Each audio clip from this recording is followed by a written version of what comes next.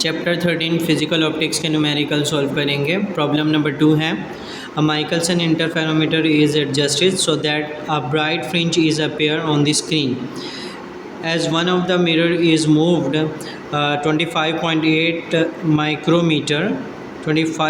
micrometer 92 bright fringes are counted on the screen. What is the wavelength of the light used in the interferometer? तो हमारे पास data में ये हमारे पास है distance movement और ये फ्रिंजेस हैं 92 फ्रिंजेस है और वेवलेंथ हमने मालूम करनी है। तो डेटा बनाएंगे। नंबर ऑफ़ फ्रिंजेस ऑब्ज़र्व हुई हैं वो 92 हैं, वेवलेंथ मालूम करनी है और जो मूवमेंट है मिरर की वो 25.8 माइक्रोमीटर है। माइक्रो को रिमूव करके उसका प्रीफिक्स लिखेंगे 10⁻⁻⁶। अब यहाँ से यहाँ तक देखें, मान ले के यहाँ से यहाँ तक का जो डिस्टेंस है इसमें ये जो फ्रिंजेस हैं ये फ्रिंजेस हैं, ये टोटल काउंट करने के बाद 92 फ्रिंजेस कवर हो रही हैं इस डिस्टेंस में। इस डिस्टेंस में यहाँ से यहाँ तक जो है अभी आप देखें तो 1 2 3 4 5 6 7 इस तरह 92 फ्रिंजेस का जो टोटल डिस्टेंस है वो ये है। अब इसका फार्मूला यूज़ करेंगे। हमारे पास इसका फार्मूला है delta x is equal to m lambda divide by 2। Arrange कर लेंगे वेवलेंथ के लिए, 2 इधर आ जाएगा, m डिवाइड में चला जाएगा। डेल्टा एक्स की वैल्यू पुट की, m की वैल्यू पुट की, 92 फ्रिंजेस थी। सॉल्व करने के बाद ये हमारे पास 10⁻⁹ ये आंसर आ गया और 9 जो है वो नैनो होता है तो इसकी जगह हमने नैनो लिखा। ये नेक्स्ट न्यूमेरिकल है मोनोक्रोमेटिक लाइट ऑफ वेवलेंथ। यहाँ हमें वेवलेंथ दी हुई है 6900 एंगस्ट्रॉन। एंगस्ट्रॉन का मतलब होता है ये जब लिखा होएगा तो 10⁻⁻10 के बराबर होता है ये। Angstrom is use to illuminate 2 parallel slits on a screen that is, ये डिस्टेंस है स्लिट से स्क्रीन का 3.30 metre away from the slits. Interference fringes are observed. The distance between the adjacent bright fringes in the centre of the pattern is, और ये जो है fringes का distance है, फ्रिंज स्पेसिंग डेल्टा वाई है। What is the distance between the slits, इसको हम कहते हैं डी मालूम करना है। तो यहाँ हम डेटा बनाएंगे। जो वेवलेंथ आपको दी हुई थी यहाँ पे वो लिख दी हमने और एंगस्ट्रॉन हटा के उसकी पावर लगा दी 10⁻⁻10 होती है। और यहाँ से स्लिट और स्क्रीन का डिस्टेंस है, ये आपके पास स्क्रीन है और ये स्लिट्स है। तो स्लिट से स्क्रीन का डिस्टेंस जो है वो L है, वो 3.30 मीटर है। और फ्रिंज स्पेसिंग, ये जो डिस्टेंस फ्रिंज स्पेसिंग ये वाला जो डिस्टेंस है जो फ्रिंजेस बन रही है यहाँ से यहाँ तक, ये डेल्टा वाई कहलाएगा। फ्रिंज स्पेसिंग का डिस्टेंस डेल्टा वाई है। डेल्टा वाई आपको दिया है 1.80 सेंटीमीटर। इसको मीटर में कन्वर्ट करेंगे 100 से डिवाइड करके और स्लिट्स के दरमियान का डिस्टेंस मालूम करना है। तो ये स्लिट 1 है और ये स्लिट 2 है। दोनों स्लिट्स के दरमियान की सेपरेशन को D से डिनोट करते हैं। फार्मूला हम यूज़ करेंगे यंग डबल स्लिट्स का, delta y L lambda D। तो अरेंज कर लेंगे। D के लिए D इधर आ जाएगा, डेल्टा वाई डिवाइड में चला जाएगा। L की वैल्यू 3.30 और वेवलेंथ की वैल्यू पुट कर दी हमने यहाँ पे और फ्रिंज स्पेसिंग की वैल्यू, दोनों को सॉल्व करने के बाद हमारे पास ये इसका आंसर आ गया। फोर्थ न्यूमेरिकल है न्यूटन रिंग्स का। Newton rings are form by the light of 400 nanometre. ये आपके पास वेवलेंथ है। Determine the change in air film thickness जो है उसकी चेंज मालूम करनी है थर्ड के लिए और 6th ऑर्डर के लिए। Bright fringes, if the radius of the curvature of the curve surface is 5 metre, what is the radius of the bright fringe. Third order का रेडियस भी मालूम करना है थर्ड ऑर्डर के लिए। तो सबसे पहले हम डेटा बनाते हैं। वेवलेंथ आपको दी है 400 नैनोमीटर, 400 नैनो हटा के एक्सपोनेंट -9 आ जाएगा। और थिकनेस मालूम करनी है, change in thickness. 6th order और थर्ड ऑर्डर का लिखा हुआ है यहाँ पे आप देखें। 6th ऑर्डर और थर्ड ऑर्डर के दरमियान के थिकनेस का चेंज मालूम करना है। तो T6 - T3 मालूम करेंगे। ऑर्डर यहाँ पे 3 और 6 दिया हुआ है। ऑर्डर को M से डिनोट करते हैं। रेडियस ऑफ कर्वेचर यहाँ पे 5 मीटर का है, रेडियस ऑफ कर्वेचर 5 मीटर का है। और radius of the third bright fringe मालूम करना है। R3 मालूम करेंगे तो थर्ड रेडियस के लिए M की वैल्यू भी होती है जो कि 3 होगी।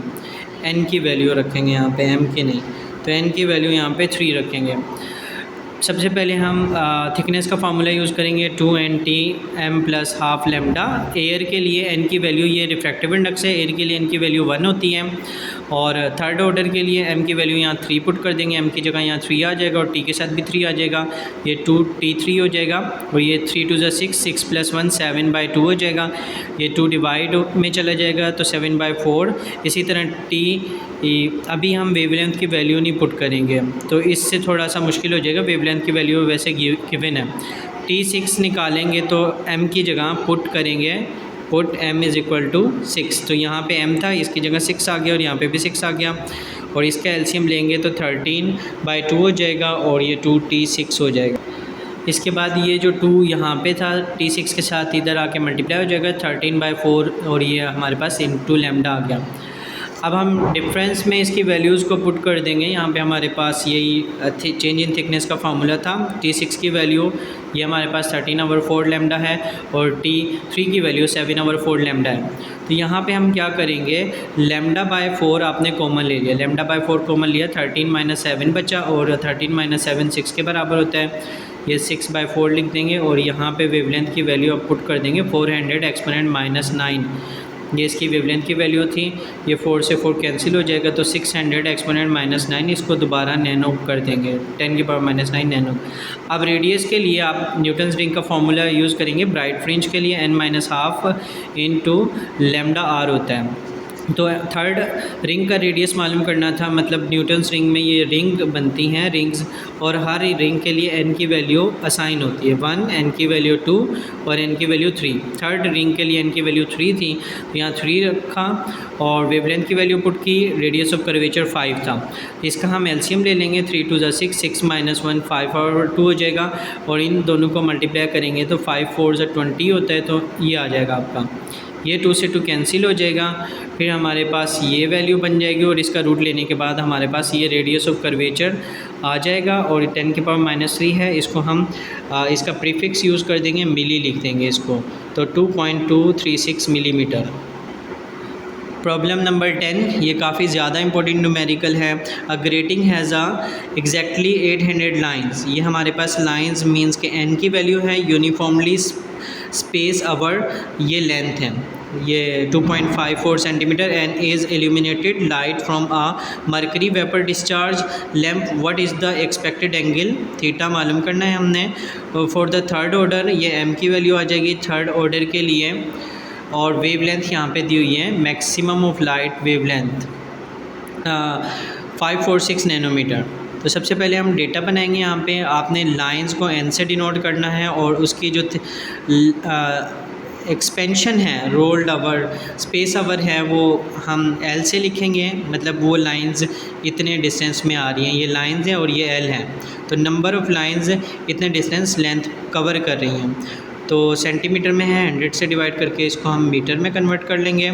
ऑर्डर जो है वो थर्ड आपको दिया हुआ है और 546 नैनोमीटर है, तो नैनो हटा के 10⁻⁹ ये वेवलेंथ आ गई।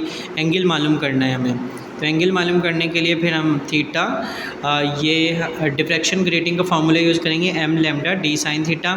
तो आप देखें कि आपके पास m है, लैम्डा है, d नहीं है, तो d नहीं है तो सबसे पहले आप d निकालेंगे। d का फार्मूला होता है L/n।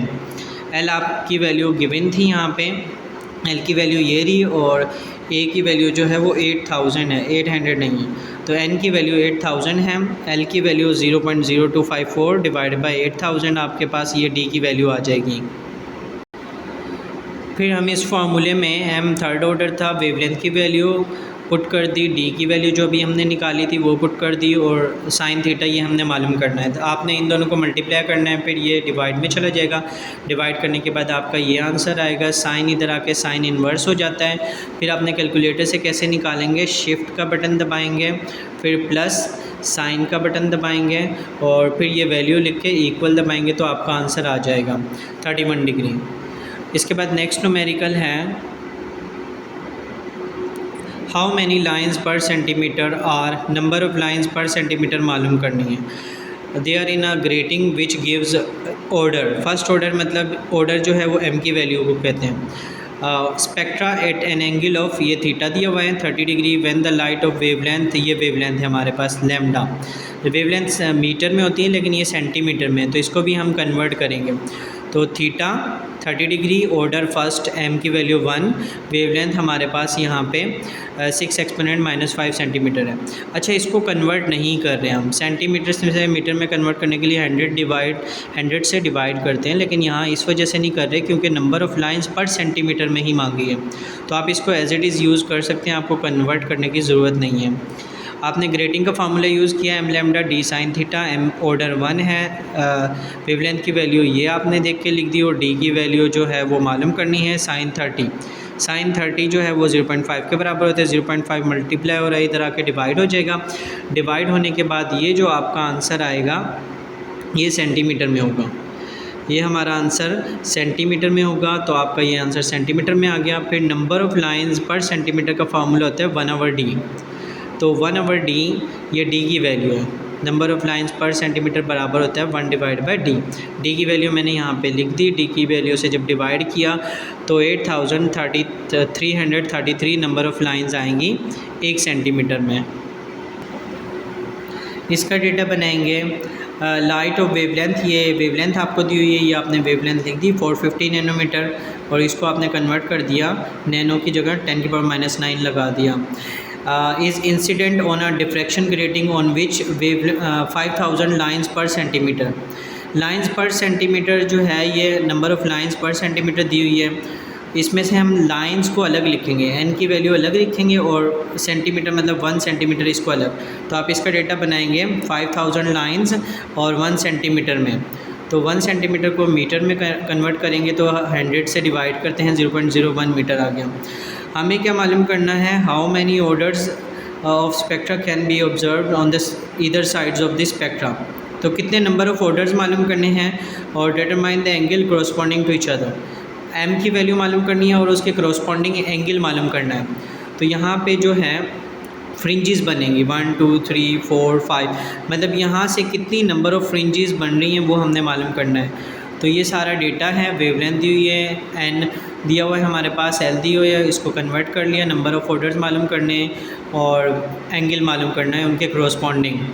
तो यहाँ पे m की वैल्यू गिवन नहीं है तो वो हम खुद से लेट करेंगे। तो फॉर थीटा के लिए using m lambda d sine theta, again हमारे पास m की वैल्यू तो हम लेट करेंगे, वेवलेंथ भी है, d नहीं है, तो d का फार्मूला L/n होता है। l की वैल्यू 0.01 थी, नंबर ऑफ़ लाइंस 5000 डिवाइड करने के बाद हमारे पास ये आ गया d आ गया।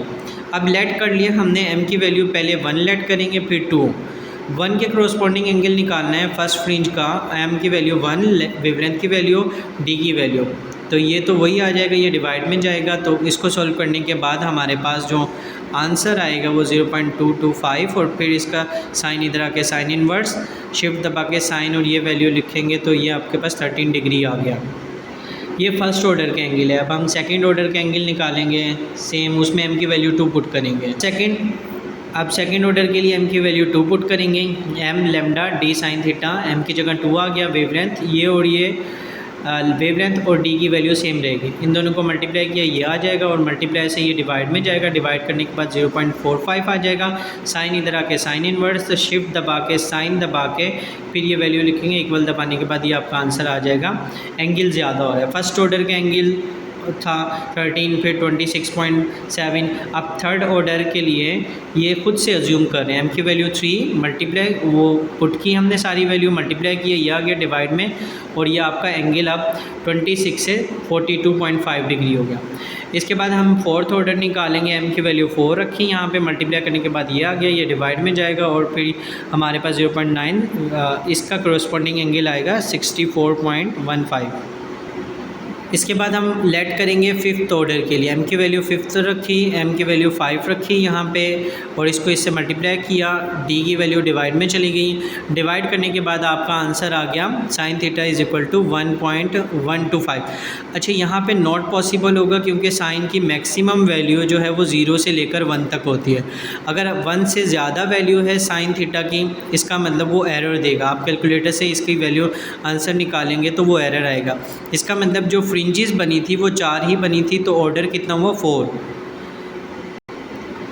इसके बाद ये वाली प्रॉब्लम है, अ बीम ऑफ एक्सरे और वेवलेंथ, ये हमारे पास वेवलेंथ है 0.071 nanometre is diffracted by a diffracting plane of rock. Salt with distance between the atomic plane is 1.98 angstrom है। एंगस्ट्रॉन मैंने बताया था 10 की पावर माइनस 10 लिखते हैं। Find the glancing angle for the second order. Second order के लिए M की वैल्यू 2 होगी। तो एक्सरे डिफ्रैक्शन का ये न्यूमेरिकल्स हैं। वेवलेंथ हमें दी हुई है 0.017 नैनोमीटर, नैनो हटा के 10 की पावर माइनस 9 आ जाएगा। और जो सेपरेशन है 1.98 एंगस्ट्रॉन है। एंगस्ट्रॉन हटाएंगे तो 10 की पावर माइनस 10 आ जाएगा। थीटा मालूम करना है, ऑर्डर सेकंड दिया हुआ है। एक्सरे डिफ्रैक्शन का फार्मूला यूज़ करेंगे हम यहाँ पे। तो एक्सरे डिफ्रैक्शन का फार्मूला है m lambda 2d sine theta. M की वैल्यू 2 आ गई, लेमडा की वैल्यू आ गई। एक्सरे यंग डबल स्लिट में 2 नहीं है यहाँ पे और इसमें 2 है, तो एम की वैल्यू लेमडा 2 और डी की वैल्यू भी आपको दी हुई थी। ये आप डेटा से सब कुछ देख के लिख देंगे। फिर आपने क्या करना है, इन दोनों को मल्टीप्लाई करना है, इन दोनों को मल्टीप्लाई करना है और ये वाली वैल्यू जो है वो डिवाइड में चली जाएगी। डिवाइड करने के बाद आपका ये वैल्यू आएगी। फिर साइन इधर जाके साइन इनवर्स और इसको हम सॉल्व कर लेंगे तो 21 डिग्री आंसर आ जाएगा। तो ये जो है इस चैप्टर के इम्पोर्टेंट न्यूमेरिकल्स हैं। आपने यही न्यूमेरिकल करने हैं, इसके अलावा कोई और न्यूमेरिकल नहीं करने। ओके, अल्लाह हाफिज़।